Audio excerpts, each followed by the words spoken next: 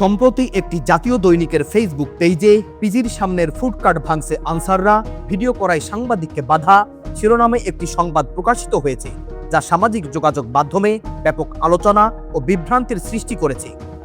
বিষয়টির প্রকৃত তথ্য অনুসন্ধানে জানা যায়, ঢাকা মহানগর দক্ষিণের রমনা থানাধীন বাংলাদেশ মেডিকেল বিশ্ববিদ্যালয়ের সামনে দীর্ঘদিন ধরে ফুটপাত দখল করে ভাসমান অবৈধ হকার, ফুডকার্ট ও সিন্ডিকেট ভিত্তিক ব্যবসা পরিচালিত হয়ে আসছিল।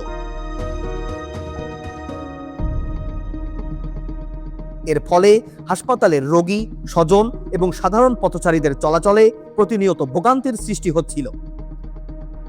এই সমস্যার স্থায়ী সমাধানের লক্ষ্যে বিশ্ববিদ্যালয় প্রশাসনের উদ্যোগে সহকারী পরিচালক মোহাম্মদ মাহবুব হোসেনের নেতৃত্বে একটি বিশেষ উচ্ছেদ অভিযান পরিচালিত হয়।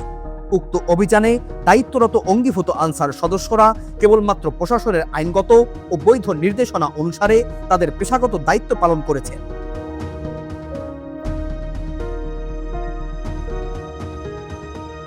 উল্লেখ্য, বিশ্ববিদ্যালয় প্রশাসনের পক্ষ থেকে অবৈধ স্থাপনা অপসারণের জন্য পূর্বে একাধিকবার লিগ্যাল নোটিশ প্রদান করা হলেও দখলদার হকার সিন্ডিকেট তাতে সাড়া না দিয়ে দীর্ঘদিন ধরে ফুটপাত দখল করে ব্যবসা পরিচালনা করে আসছিল।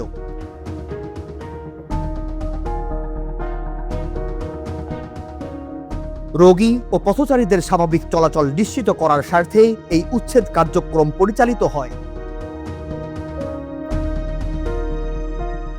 এছাড়াও সংবাদে সাংবাদিকদের বাধা দেওয়ার বিষয়টি যেভাবে উপস্থাপন করা হয়েছে তা বিভ্রান্তিকর। পেশাগত দায়িত্ব পালনের ক্ষেত্রে আনসার সদস্যরা কখনোই কোনো গণমাধ্যম কর্মীর কাছে বাধা সৃষ্টি করেন না, বরং দায়িত্বশীলতা ও সহযোগিতার মনোভাব নিয়েই কাজ করাই বাহিনীর নীতি। উক্ত ঘটনাতেও তারই প্রতিফলন ঘটেছে।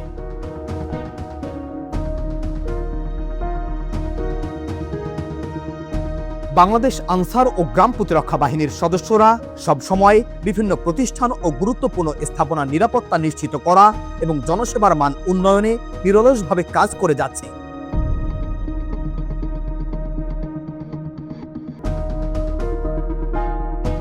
দেশের সচেতন মহলের প্রতি অনুরোধ, যে কোনো তথ্য শেয়ার করার আগে তার সত্যতা যাচাই করুন এবং বিভ্রান্তিকর তথ্য প্রচার থেকে বিরত থাকুন।